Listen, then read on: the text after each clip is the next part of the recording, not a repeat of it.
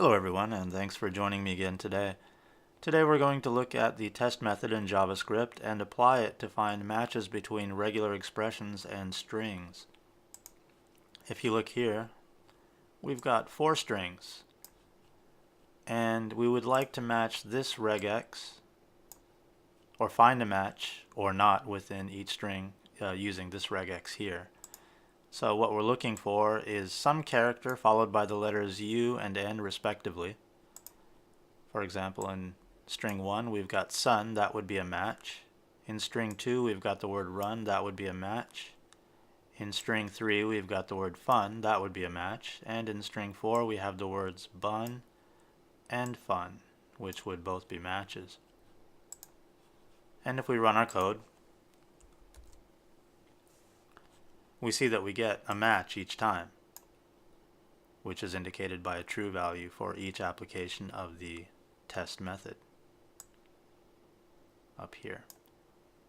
But you can see that we haven't set the global flag in our regex. So what happens if we do that? So here I have set the global flag, and if we run our code, we get 3 true values. That's great. But we also get a false value indicating a no match. But certainly in string 4 we can see that we have not just 1 but 2 matches. So what's happening? Well, we can consult MDN web docs and go down to the part of the screen that talks about applying the test method on a regex with the global flag. It says, if the regex has the global flag set, the test method will advance the last index of the regex. A subsequent use of the test method will start the search at the substring of str specified by last index. It's worth noting that the last index will not reset when testing a different string. So in our case, we did test 4 different strings, and somehow this last index that we're talking about here didn't reset.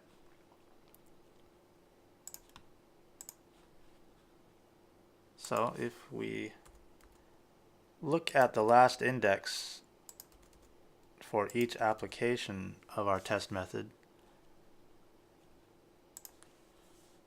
and we run the code,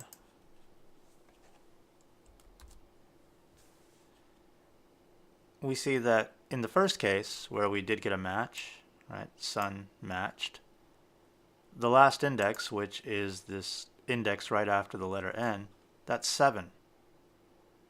So when we applied the test method the next time on this different string, it started from index 7. But since run appears after index 7, we were okay. We got a match, indicated here by true. And the index after the letter N in run is index 18, as indicated here. Right? That's because we logged this to the console. And if you look in the third string, we're starting from index 18. But in the third string, the word fun is well after index 18, so we would expect it to give us a true value, which it does.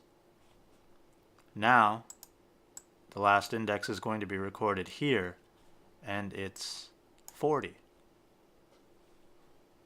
Now, if you look at string 4, and I'm just looking at it and making a guess, I don't think there are 40 characters in this string. Which means if we're starting from index 40, we're not going to be able to match with bun or fun, because they both appear before index 40. And that's why we get a false value. And that makes sense. So again, when we look at the MDN web docs, we see that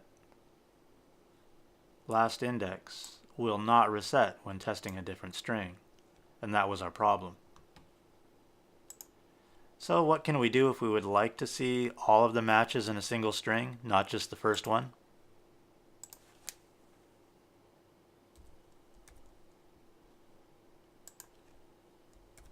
Well, we would use a different function or a different method.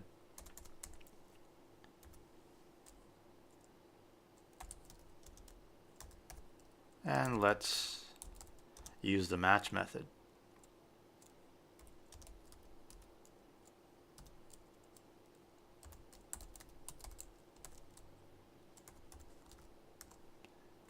We're going to apply it to string 4.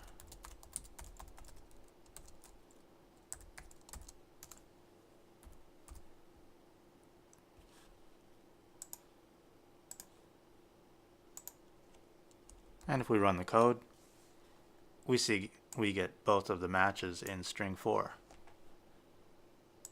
bun and fun respectively. So if you are looking to find whether or not there's at least one match between your regex and a string, you don't need to apply or set the global flag. But if you're looking to find out how many matches occur within one string, rather than applying the global flag and the test methods, the test method, you should use the match method, and that'll give you the matches that occur within one string. Anyway, I hope this gave you a little bit more clarity with regular expressions and the test method in JavaScript, and I'll see you next time. Thanks.